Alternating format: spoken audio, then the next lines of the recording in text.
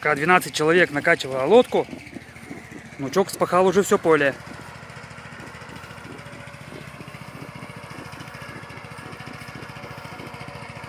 Hitachi Subaru рекомендую.